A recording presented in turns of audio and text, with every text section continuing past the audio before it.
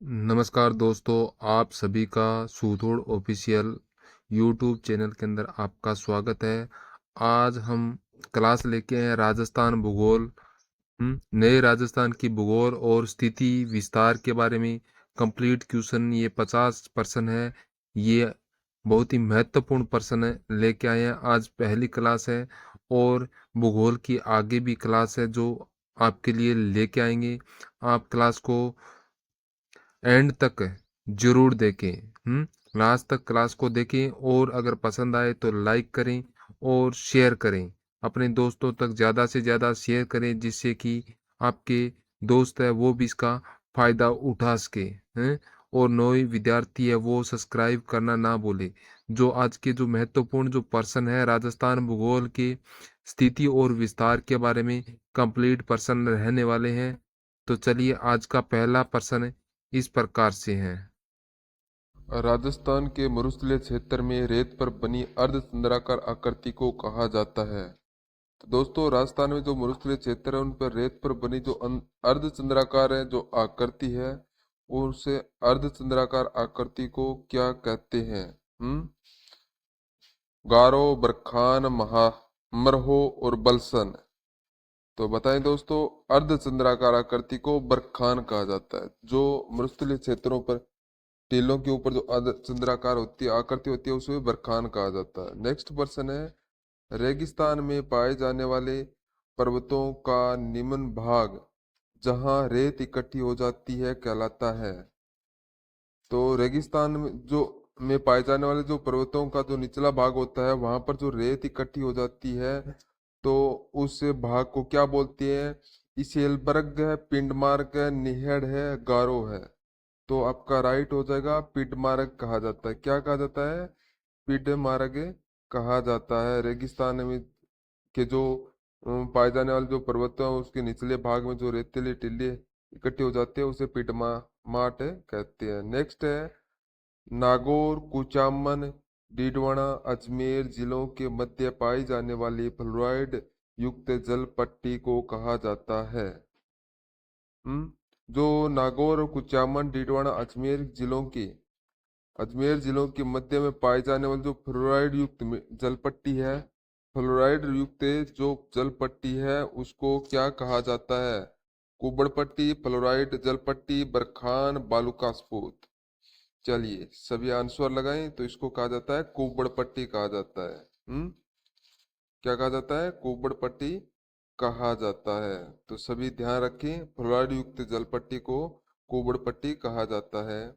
ठीक है, और इसे बाका पट्टी भी कहा जाता है। नेक्स्ट पर्सन है, निम्नलिखित में से वह जिला युगम जहां से 70 डिग्री से 71 डिग्री पूर्वी देशांतर रेखा गुजरती है। तो यहाँ पर आपको क्या बताना, इस पर्सन में आपसे क्या पूछा है कि वह जिला जिला युगम जहां से 70 डिग्री से 71 डिग्री पूर्वी देशांतर रेखा गुजरती है। जहां से 70 डिग्री से 71 डिग्री पूर्वी देशांतर रेखा गुजरती है वह जिला कौन सा है? कौन सी जिले से गुजरती है? डूंगरपुर, बांसवाड़ा, जैसलमेर, फलौदी, गंगानगर, हनुमानगढ़, भरतपुर, धौलपुर। चलिए बताइए। तो यह जो रेखा है तो वो जैसलमेर फलौदी से होकर गुजरती है। 70 डिग्री से 71 डिग्री पूर्वी देशांतर रेखाएं। ठीक है दोस्तों, अगला प्रश्न है, निम्नलिखित में से जिला युगम जो पाली से सीमा नहीं बनाता है। तो आपको बताना है वो कौन सा जिला है जो पाली से सीमा नहीं बनाता। पाली से सीमा सिरोही, उदयपुर, बीकानेर, नागौर, जालौर, बालोतरा, राजसमंद, जोधपुर ग्रामीण। तो वह कौन सा जिला है जो पाली से सीमा नहीं लगाता है? तो यहाँ पर आपका राइट होगा बीकानेर और नागौर, ये पाली से सीमा नहीं बनाता है। तो यहाँ पर आपका बी ऑप्शन बिल्कुल राइट हो जाएगा। ठीक है दोस्तों, जो पाली से ये सीमा नहीं बनाते हैं। नेक्स्ट पर्सन है, निम्नलिखित में से कितने जिलों को स्पर्श करते हुए कर्क रेखा राजस्थान से निकलती है? तो जो कर्क रेखा है वो कितने जिलों को स्पर्श रेखा जो कर्क रेखा है वो कितने जिलों को स्पर्श रेखा करते हुए जो राजस्थान से गुजरती है। कितने जिलों से स्पर्श करते हो? 2, 3, 4, 9। तो कितने जिलों से स्पर्श करते हुए निकलती है? तो आपका उत्तर हो जाएगा 2 जिलों से। कर्क रेखा राजस्थान के 2 जिलों से होकर गुजरती है दोस्तों। चलिए अगला प्रश्न है, वह जिला युगम जहाँ सूर्य की किरणें क्रमशः सीधी व तिरछी पड़ती है। वह जिला कौन सा है जहां पर सूर्य की किरणें हैं वो सीधी और तिरछी पड़ती है? सीधी और तिरछी दोनों प्रकार से पड़ती है। वह जिला कौन सा है? बांसवाड़ा, गंगानगर, बांसवाड़ा, गलियाकोट, गंगानगर, बांसवाड़ा और गंगानगर व डूंगरपुर। तो कौन सा जिला है जहां पर सूर्य की किरणें हैं क्रमशः सीधी व तिरछी पड़ती है? कौन सा जिला है? तो आपका हो जाएगा ये बांसवाड़ा व गंगानगर के अंदर जो सूर्य की किरणें हैं वो तिरछी और सीधी पड़ती है। तो ये ऑप्शन आपका राइट होगा।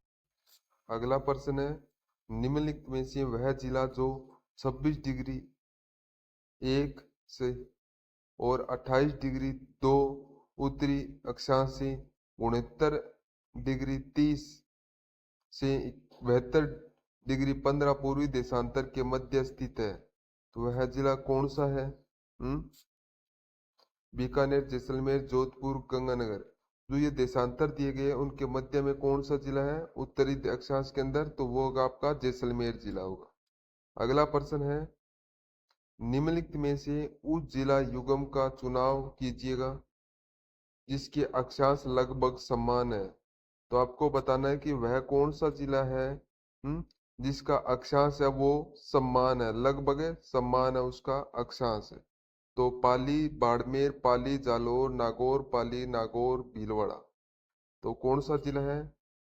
तो आपका उत्तर हो जाएगा पाली व बाड़मेर है, जहाँ का अक्षांश है वो लगभग समान है।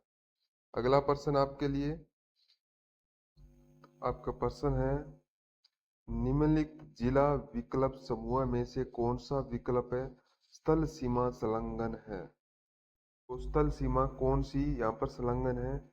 दौसा, भरतपुर, गंगापुर सिटी, अलवर, प्रतापगढ़, बांसवाड़ा, राजसमंद और उदयपुर। दौसा, अजमेर, करौली, पाली, बारा, कोटा, सवाई माधोपुर।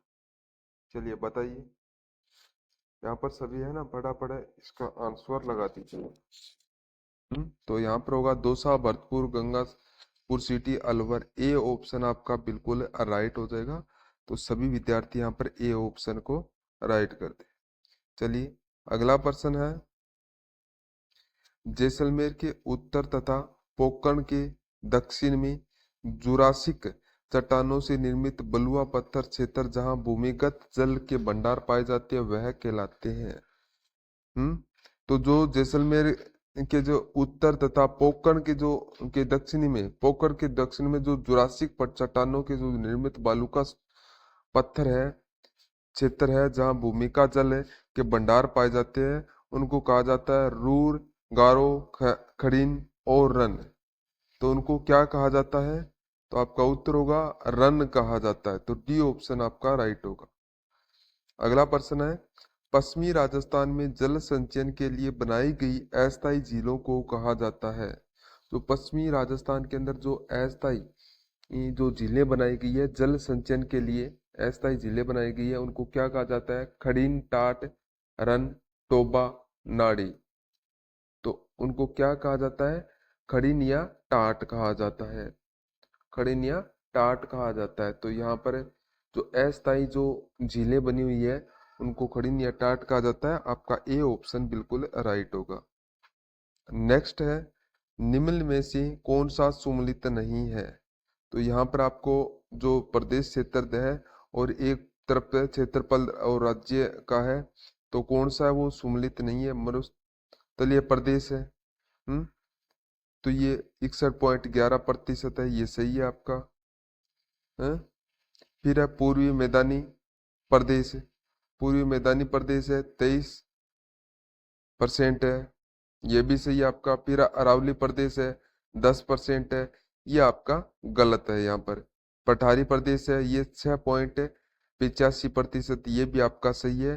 तो अरावली प्रदेश यहाँ पर 10% दे रखा है, ये आपका यहाँ पर गलत है और इस प्रश्न का यहाँ पर आंसर है वो बिल्कुल है, राइट है, ये यहाँ पर सम्मिलित नहीं है। ठीक है दोस्तों, तो अरावली प्रदेश है वो 10% है, नहीं है। चलिए नेक्स्ट क्वेश्चन है, निम्नलिखित में से वह जिला जो निर्माण समयावधि तथा कालक्रम में अपना 30वां स्थान रखता है, तो वह कौन सा जिला है बताओ, कि जिसका निर्माण समयावधि तथा क्रमकाल में 30वां स्थान रखता है। 30वें नंबर का जो जिला बना हो वो कौन सा है? चित्तौड़गढ़ है, डूंगरपुर है, राजसमंद है, उदयपुर है। तो कौन सा जिला हो जाएगा आपका? तो यहाँ पर आपका राइट होगा राजसमंद। राजसमंद जिला हो जाएगा, जो 30वें नंबर का है, निर्माण समयावधि के अनुसार वो 30वें स्थान पर है। 30वें स्थान पर है, क्रम के अनुसार 30वें स्थान पर, तो राजसमंद हो जाएगा। चलिए नेक्स्ट क्वेश्चन देखते हैं, निम्नलिखित में से वह जिला युगम जो सीमावर्ती मध्य प्रदेश से सीमा नहीं बनाती है। चलिए इसका आंसर बताएं, और सभी है ना एक बार क्लास को लाइक कर दें, और जो नए विद्यार्थी है वो सब्सक्राइब कर दें। ये बहुत ही अच्छी क्लास रहने वाली है। तो सभी फटाफट इस क्लास को शेयर कर दीजिएगा। तो यहाँ पर आपसे क्या पूछा है कि निम्न में से वह जिला युगम जो सीमावर्ती मध्य प्रदेश से सीमा नहीं बनाता है। जिला पूछा है, कौन सा जिला होगा जो एमपी मध्य प्रदेश से एमपी से सीमा नहीं बनाते हैं। कौन से नहीं बनाते हैं एमपी से जिला? भरतपुर, धौलपुर, झालावाड़, प्रतापगढ़, बारां, भीलवाड़ा, चित्तौड़, करौली। तो कौन सा जिला है जो एमपी की जो सीमा है वो नहीं बनाता है? तो आपका होगा भरतपुर व धौलपुर है, वो एमपी की आपकी सीमा नहीं बनाता, ये एमपी की सीमा नहीं बनाता है। तो यहाँ पर आपका ए ऑप्शन आपका बिल्कुल राइट हो जाएगा। बारां और भीलवाड़ा एमपी की बनाता है, चित्तौड़ व करौली भी एमपी की इनकी सीमा बनाता है। तो यहाँ पर भरतपुर और धौलपुर ये सीमा नहीं बनाते। चलिए अगला प्रश्न आपके लिए, निम्नलिखित जिलों में से किस जिले का प्राचीन नाम शिवकूप या किरातकूप था? चलिए बताइए क्या है, कि कौन सा जिला है जिसे जिले का प्राचीन नाम है शिवकूप या किरातकूप था। शिवकूप या किरातकूप है, ये प्राचीन नाम है, कोई जिले का नाम है, ये जिले का प्राचीन नाम है। और कौन से जिले का है ये नाम? पाली है, बाड़मेर है, जालोर है, बीकानेर है। तो कौन से जिले का जो प्राचीन नाम है? तो आपका राइट आंसर होगा यहाँ पर बाड़मेर जिले का है। बाड़मेर जिले का प्राचीन नाम है ये। ठीक है दोस्तों, चलिए नेक्स्ट है, क्या राजस्थान की आकृति विषम कोणीय चतुर्भुजाकार है? उक्त कथन पहली बार निम्नलिखित में से किस विद्वान ने बताया था? तो जो राजस्थान की जो आकृति है विषम कोणीय चतुर्भुज की है, विषम कोणीय चतुर्भुज की है। ये जो कथन है वो पहली बार किसने कहा था? ये कथन किसने कहा था सबसे पहले? किसने कहा था? तो इसकी जो राजस्थान की जो आकृति है वो विषम कोणीय है, चतुर्भुजाकार, विषम कोणीय चतुर्भुजाकार है। तो इसको किसने कहा था? Woodrow Wilson, colonel Tod, T H Hendley, N K Jafar. तो यहाँ पर आपका राइट आंसर क्या हो जाएगा, क्या होगा आपका? चलिए फटाफट इसका ऑप्शन लगा दिए सभी है ना, कमेंट बॉक्स में लगाइए। तो यहाँ पर राइट होगा टी एच हैंडले। ये प्रश्न आपके लिए बहुत ही मोस्ट इंपॉर्टेंट है, क्वेश्चन है, ये आपको ध्यान रखना है, मोस्ट इंपॉर्टेंट है, सी ऑप्शन आपका राइट होगा। चलिए अगला प्रश्न है, राजस्थान को भौतिकी प्रदेशों में बांटने का सर्वप्रथम प्रयास किसके द्वारा किया गया? जो राजस्थान का जो भौतिक प्रदेश है उसको बांटने का जो प्रथम प्रयास है, बांटने का प्रथम प्रयास है, वो किसने किया था? वीसी मिश्रा, एस के सेन, रामलोचन सिंह और ए एम हेरोन। चलिए बताइए, विषम रेखा, वेरी इंपॉर्टेंट क्वेश्चन है ये। विषम रेखा में किसने कहा था? भौतिक प्रदेश को बांटने का प्रथम किसने? वीसी मिश्रा। नेक्स्ट है, राजस्थान में निम्नलिखित में से कौन सा क्षेत्र सतही जल द्वारा मृदा अपरदन से सर्वाधिक प्रभावित है? तो बताएं राजस्थान का वह कौन सा क्षेत्र है जो सतही, जो सतह है वो जल अपरदन के से सर्वाधिक प्रभावित है, जल अपरदन से। कौन सा क्षेत्र है जो जल अपरदन से प्रभावित है राजस्थान का? चलिए बताइए। चंबल प्रदेश है, गोंडवाना प्रदेश है, मारवाड़ प्रदेश है, शेखावाटी प्रदेश है? कौन सा प्रदेश है? चलिए फटाफट इसका आंसर लगाएं। जो जल द्वारा मृदा अपरदन से प्रभावित है, तो आपका राइट होगा चंबल प्रदेश। ये ऑप्शन नीचे राइट होगा। चलिए अगला प्रश्न है, निम्नलिखित में से कौन सी समवर्षा रेखा रेगिस्तान को दो समान भागों में बांटती है? तो वह समवर्षा रेखा है, वो कौन सी रेखा है जो दो समान भागों के अंदर जो बांटती है इनको? कौन सी है? 25 सेंटीमीटर वर्षा रेखा, 50 सेंटीमीटर वर्षा रेखा, 35 सेंटीमीटर वर्षा रेखा और 60 सेंटीमीटर वर्षा रेखा। तो कौन सी है वो समवर्षा रेखा जो दो समान भागों में बांटती है? तो यहाँ पर आपका राइट होगा 50 सेंटीमीटर वर्षा रेखा। बी ऑप्शन आपका राइट हो जाएगा। अगला प्रश्न है, रेगिस्तान क्षेत्र में वायु अपरदन से निर्मित खारे पानी की अस्थायी झीलों को कहा जाता है? चलिए बताइए। रेगिस्तान क्षेत्र में जो वायु अपरदन से निर्मित जो खारे पानी की झील है, पानी की जो अस्थायी झील है, उनको क्या कहते हैं? तलही, थली, सर, पलाया। तो क्या कहा जाता है इन खारे पानी के अस्थायी झीलों को? तो आपका यहाँ पर बिल्कुल राइट हो जाएगा, पलाया। पलाया कहा जाता है इन खारे पानी की झीलों को। ये झीलें हैं, ये मृदा अपरदन से, ये खारे पानी की झीलें हैं जो बन जाती हैं मृदा अपरदन से। ये आपको ध्यान रखना है। चलिए नेक्स्ट क्वेश्चन है, को माल कहा जाता है? क्या है यहाँ पर? खालिस्तान को माल कहा जाता है जिसका निर्माण बेसाल्ट लावा से हुआ है। किसका हुआ? मध्यवर्ती अरावली या हड़ौती पठार है, विंध्यन पठार है, मालवा का पठार है? किसको कहा जाता है? हड़ौती के पठार को माल कहा जाता है।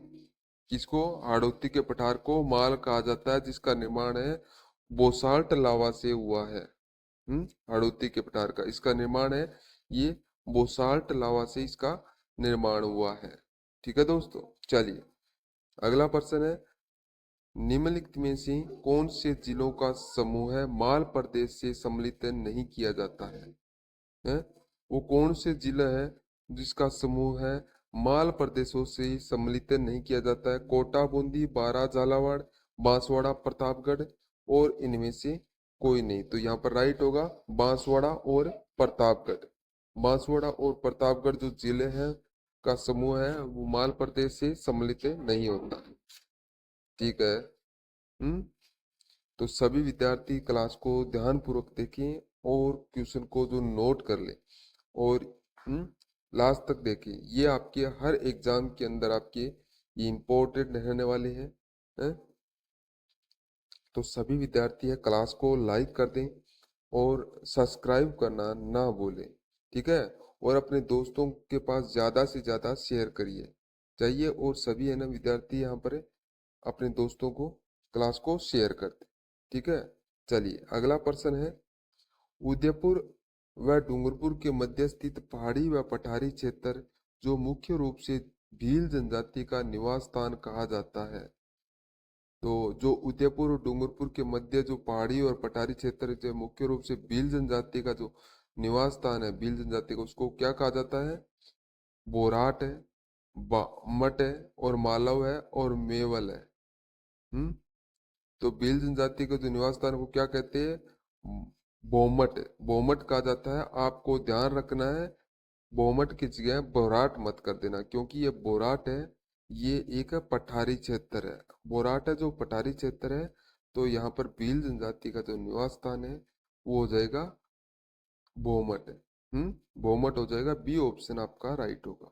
अगला प्रश्न है, बांसवाड़ा वह डूंगरपुर के मध्य स्थित पहाड़ी क्षेत्रों को कहा जाता है। तो बांसवाड़ा व डूंगरपुर के मध्य पहाड़ी क्षेत्र को क्या कहा जाता है? बोमट है, बोराट है, बागड़ है, मेवल है।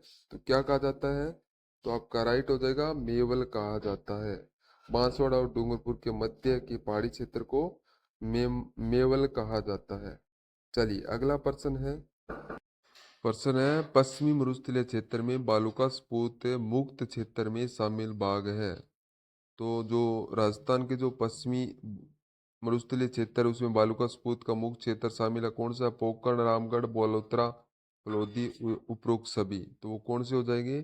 तो यहाँ पर आपका राइट होगा उपरोक्त सभी है। ये सभी क्षेत्र है, ये पश्चिमी मरुस्थलीय क्षेत्र के बालूका स्फूर्त मुक्त क्षेत्र है। बालूका स्फूर्त मुक्त क्षेत्र है ये सभी के सभी। ठीक है दोस्तों। चलिए अगला प्रश्न है राज्य में सर्वाधिक बालूका स्फूर्त रेगिस्तान जिले में है। वह रेगिस्तान जिले में सभी प्रकार के बालूका स्फूर्त पाए जाते हैं। तो यहाँ पर आपको बताना है कि राज्य में सर्वाधिक बालूका स्फूर्त है कौन सी जिले के अंदर है, और जो मुक्त बालूका स्फूर्त है वो कौन सा है। जैसलमेर, जोधपुर ग्रामीण, जोधपुर बाड़मेर, चूरू, जैसलमेर, जोधपुर, चूरू। तो यहाँ पर आपका राइट होगा जैसलमेर, जोधपुर ग्रामीण। तो सर्वाधिक बालूका स्फूर्त है जैसलमेर जिले में, वह जोधपुर ग्रामीण जिले में सभी प्रकार के बालूका स्फूर्त पाए जाते हैं। जोधपुर ग्रामीण के अंदर सभी प्रकार के जोधपुर ग्रामीण में सभी प्रकार के आपके बालूका स्फूर्त है ये पाए जाते हैं। जैसलमेर में सर्वाधिक बालूका स्फूर्त है। तो यहाँ पर आपका राइट हो जाएगा ए ऑप्शन है आपका बिल्कुल राइट होगा। तो सभी विद्यार्थी ए ऑप्शन को यहाँ पर राइट कर दे। ठीक है दोस्तों। चलिए नेक्स्ट क्वेश्चन आपका क्या पूछा है कि रेगिस्तानी क्षेत्र में जब वायु द्वारा रेत का जमाव अर्धचंद्राकार आकृति में किया जाता है तो निर्मित स्थलाकृति कहलाती है। तो रेत का जो जमाव है अर्धचंद्राकार आकृति है उसको क्या कहा जाता है? सीप, तारा बालूका स्फूर्त, बरखान बालूका स्फूर्त और सब्र का पीस। तो आपका राइट हो जाएगा बरखान बालूका स्फूर्त कहा जाता है। अगला प्रश्न है बताइए दक्षिणी राजस्थान के वे जिले जिन्हें सामूहिक रूप से बागड़ कहा जाता है। तो वो कौन से जिले हैं दक्षिणी राजस्थान के जिन्हों बागड़ कहा जाता है? बांसवाड़ा, डूंगरपुर, प्रतापगढ़, बारां, झालावाड़, प्रतापगढ़, कोटा, डूंगरपुर, राजसमंद, डूंगरपुर, बांसवाड़ा, चित्तौड़गढ़। कौन से क्षेत्र है जिनको सामूहिक रूप से बागड़ कहा जाता है? वो है बांसवाड़ा, डूंगरपुर और प्रतापगढ़। इन क्षेत्रों को बागड़ कहा जाता है। अगला प्रश्न है अरावली के पश्चिमी का वह क्षेत्र जहाँ पुरानी जलोढ़ मिट्टी पाई जाती है कहा जाता है। तो अरावली की जो पश्चिम का भाग है जिस क्षेत्र का जो पुरानी मिट्टी है उसको जलोढ़ कहा जाता है कौन सी है? वागड़, बागड़, राठी क्षेत्र और मेरू क्षेत्र। तो आपका राइट होगा वागड़ क्षेत्र। बी ऑप्शन इज राइट होगा। अगला प्रश्न है निम्नलिखित में से कौन सा जिला वागड़ क्षेत्र में शामिल नहीं किया जाता है? पाली है, सीकर, झुंझुनू, नागौर है, जोधपुर है। तो यहाँ पर जो जोधपुर क्षेत्र है उसको वागड़ की श्रेणी में नहीं रखा जाता, वागड़ क्षेत्र में शामिल नहीं किया जाता है। नेक्स्ट क्वेश्चन पढ़ने से पहले चलिए सभी है एक बार क्लास को शेयर कर दीजिएगा। फटाफट क्लास को शेयर कर दीजिए और लाइक भी कर दीजिएगा। नेक्स्ट क्वेश्चन है राज्य में 25 सेंटीमीटर से कम वर्षा वाला क्षेत्र कहलाता है।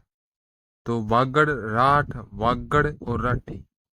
तो बताएं राज्य के अंदर जो 25 सेंटीमीटर से कम वर्षा वाला क्षेत्र है उस क्षेत्र को क्या कहा जाता है? राठी कहा जाता है। अगला प्रश्न है चंबल नदी के अवनालिका अपरदन से निर्मित उत्खात स्थलाकृति को कहा जाता है। चलिए बताइए बीहड़, डांग, थल्ला, बीड़, राठ। तो यहाँ पर आपका राइट आंसर होगा बीहड़ डांग। तो चंबल नदी को जो अवनालिका अपरदन से जो निर्मित उत्पाद स्थलाकृतियां हैं उसको बीहड़ डांग कहा जाता है। अगला है मरुस्थलीकरण में सर्वाधिक योगदान किन बालूका स्फूर्तों का होता है? मरुस्थलीकरण के अंदर कौन सी बालूका स्तूप का योगदान होता है? तारा, बरखान, सीप, पैराबोलिक वालुका स्फूत। चलिए बताइए इसका राइट आंसर क्या होगा। मरुस्थल में सर्वाधिक योगदान किन बालुका स्फूतों का होता है? कौन सी बालुका स्फूत का सर्वाधिक है? तो आपका उत्तर होगा बरखान। बरखान के अंदर इसका सबसे ज्यादा योगदान होता है। अगला प्रश्न है, राजस्थान में अरावली की दिशा है, तो बताइए दोस्तों अरावली की दिशा है वो कौन सी है? उत्तर पूर्व से दक्षिणी पश्चिमी, दक्षिणी पश्चिम से उत्तर पूर्वी, उत्तर पश्चिम से दक्षिणी पश्चिमी, दक्षिणी पूर्व से दक्षिण उत्तर पश्चिमी। चलिए बताइए इसका आंसर क्या हो जाएगा। राजस्थान के अरावली की दिशा, अरावली की दिशा पूछा है तो वो आपका होगा दक्षिण पश्चिम से उत्तर पूर्व होगा आपका। दक्षिण पश्चिम से उत्तर पूर्व हो जाएगा। तो ये यहाँ पर है, ये देखिए इस प्रकार से यहाँ पर काटता है ये दक्षिण पश्चिम से उत्तर पूर्व। ठीक है दोस्तों, ये ध्यानपूर्वक देख लीजिएगा, इस प्रकार से काटेगा, वहां पर ये राजस्थान की अरावली की है वो दिशा यहाँ पर दर्शाता है। तो बी ऑप्शन आपका राइट होगा। अगला प्रश्न है, बनास बेनिस बेनिस में स्थित टिल्लीनुमा उच्च भूभाग कहलाता है। चलिए बताइए यहाँ पर राइट आंसर क्या होगा। उत्खान भूमि, बीहेड़ रोही और माट मैदान। तो राइट होगा डी ऑप्शन होगा, माट मैदान हो जाएगा। नेक्स्ट क्वेश्चन है, केरवाड़ा की नाल किस जिले में स्थित है? चलिए दोस्तों फटाफट इसका आंसर लगा दीजिएगा और सभी क्लास को लाइक कर दें। तो यहाँ पर आपसे पूछा है कि केरवाड़ा की नाल है वो किस जिले में स्थित है? केरवाड़ा, केवड़ा, केवड़ा की नाल है सीकर, उदयपुर, सिरोही और कोटा। तो बताएं केवड़ा की नाल है ये किस जिले में है? तो आपका उत्तर होगा उदयपुर के अंदर है। चलिए अगला क्वेश्चन है, सूरा घाट एवं शिवपुर घाट स्थित है। तो आपको बताना है सूरा घाट और शिवपुर घाट ये स्थित है कहां पर स्थित है? दक्षिणी अरावली में, मध्य अरावली में, उत्तर अरावली में, दक्षिणी पूर्वी पठार में। तो बताएं कहां पर है सूरा घाट और शिवपुरी घाट? तो ये मध्य अरावली के अंदर स्थित है। नेक्स्ट है, निम्नलिखित में से कौन सा दक्षिणी अरावली को पार करने का दर्रा नहीं है? तो यहां पर आपसे पूछा है तो उससे पहले आप क्लास को लाइक कर दे। तो यहां पर आपसे पूछा है कि दक्षिणी अरावली को पार करने वाली, जो दक्षिणी अरावली को पार करने वाली दर्रा है वो यहाँ पर है कौन सी दर्रा नहीं है? कौन सी दर्रा यहाँ पर नहीं है? चलिए बताइए फटाफट इसका आंसर आप कमेंट बॉक्स में बताइए। यहाँ पर आपका राइट आंसर यहाँ पर है आपका क्या आ जाएगा? चलिए दोस्त बताइए। सोमेश्वर है, अरनिया है, हाथीकुंडा है और देसूरी है। तो यहाँ पर आपका राइट आंसर क्या होगा? तो वो होगा अरनिया, अरनिया हो जाएगा। बी ऑप्शन है आपका यहाँ पर बिल्कुल राइट होगा। नेक्स्ट क्वेश्चन है, राजस्थान की प्री कैम्ब्रियन चट्टानों का आधारभूत वर्णन निम्न में से किसने किया? तो प्री कैम्ब्रियन चट्टानों का आधारभूत वर्णन है वो किसने किया था? ए एम हेरोन, ए के सेन, टवार्थी और वी सी मिश्रा। तो यहाँ पर आपका राइट आंसर क्या हो जाएगा? A M Heron, pre Cambrian चट्टान है A M Heron, A option आपका राइट होगा। नेक्स्ट क्वेश्चन है, राजस्थान में स्थित पहाड़ियों का ऊंचाई के अनुसार अरावली क्रम होगा। तो यहाँ पर ऊंचाई के अनुसार अरावली का क्रम यहाँ पर पूछा है। तो बताएं गुरु सीकर, शेर, जरगाह, अंचलगढ़, कुंभलगढ़ और रघुनाथगढ़। गुरु सीकर, जरगाह, अंचलगढ़, शेर, कुंभलगढ़ और रघुनाथगढ़। गुरु सीकर, शेर, रघुनाथगढ़, जरगाह, अंचलगढ़ और कुंभलगढ़। गुरु सीकर, कुंभलगढ़, जरगाह, अंचलगढ़, शेर और रघुनाथगढ़। चलिए यहाँ पर ये ऑप्शन दिए गए हैं तो यहाँ पर आपका राइट कौन सा होगा? ए ऑप्शन आपका राइट हो जाएगा। सभी यहाँ पर ए ऑप्शन को राइट कर दें। ऊंचाई के अनुसार हो जाएगा आपका गुरु सीकर है, फिर शेर है, फिर जरगा है, फिर अंचलगढ़ है, फिर कुंभलगढ़, फिर रघुनाथगढ़। तो इस प्रकार से इनका ऊंचाई के अनुसार क्रमानुसार हो जाएगा, ए ऑप्शन इज राइट होगा। अगला प्रश्न आपका, राजस्थान के पश्चिमी मरु प्रदेश का अन्य अंग नहीं है। तो मरु प्रदेश का जो अंग है वो कौन सा नहीं है? नागौर उच्च भूमि, गग्गर मैदान, विंध्यन कगार भूमि और गोंडवाना भूमि। तो राजस्थान के जो पश्चिमी मरु प्रदेश का अंग है वो कौन सा नहीं है? तो यहाँ पर आपका राइट होगा विंध्यन कगार भूमि। तो आपका सी ऑप्शन है बिल्कुल राइट हो जाएगा। चलिए नेक्स्ट क्वेश्चन है, राज्य में घग्गर का मैदान स्थित है। तो घग्गर का मैदान है ये कहाँ पर स्थित है? बताइए दोस्तों।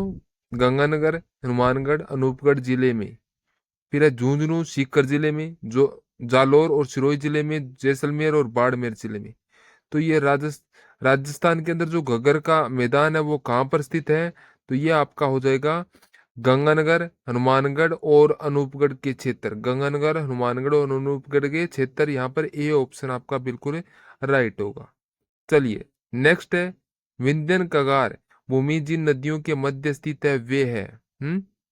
तो यहाँ पर बताएं, विंध्यन कगार भूमि है जिस नदियों के मध्य में स्थित है वो कौन सी है? काली, सिंध, चंबल, चंबल बनास, बाणगंगा बनास और बेड़ व बनास है। कौन सी नदी हो गई आपकी? तो यहाँ पर होगी चंबल व बनास होगी। विंध्य कगार भूमि जिन नदियों के मध्य है वो चंबल और बनास है, इन दोनों नदियों के बीच में है। एक तरफ चंबल है, दूसरी तरफ बनास है और बीच के अंदर इसके विंध्यन कंगार भूमि है। नेक्स्ट प्रश्न है, निम्नलिखित में से कौन सी पहाड़ियां मध्य अरावली श्रेणी स्थित है? तो बताइए यहाँ पर क्या होगा? गिरवा पहाड़ियां है, इसराना भाकर पहाड़ियां हैं, रोजा भाकर पहाड़ियां हैं, मेरवाड़ पहाड़ियां हैं। तो आपको बताना है कौन सी पहाड़ियां हैं जो मध्य अरावली श्रेणी में स्थित है। मध्य अरावली में कौन सी है? मेरवाड़ा पहाड़ियां। मेरवाड़ा पहाड़ियां, डी ऑप्शन राइट होगा। चलिए दोस्तों, फटाफट से एक बार क्लास को लाइक कर दें, सभी की सभी क्लास को लाइक कर दें, और जो नए विद्यार्थी हैं वो सब्सक्राइब करें। और एक बार जाके आप इस वीडियो को है ना शेयर कर दीजिए अपने दोस्तों को, क्योंकि वो भी क्लास को अटेंड कर सके। ठीक है दोस्तों।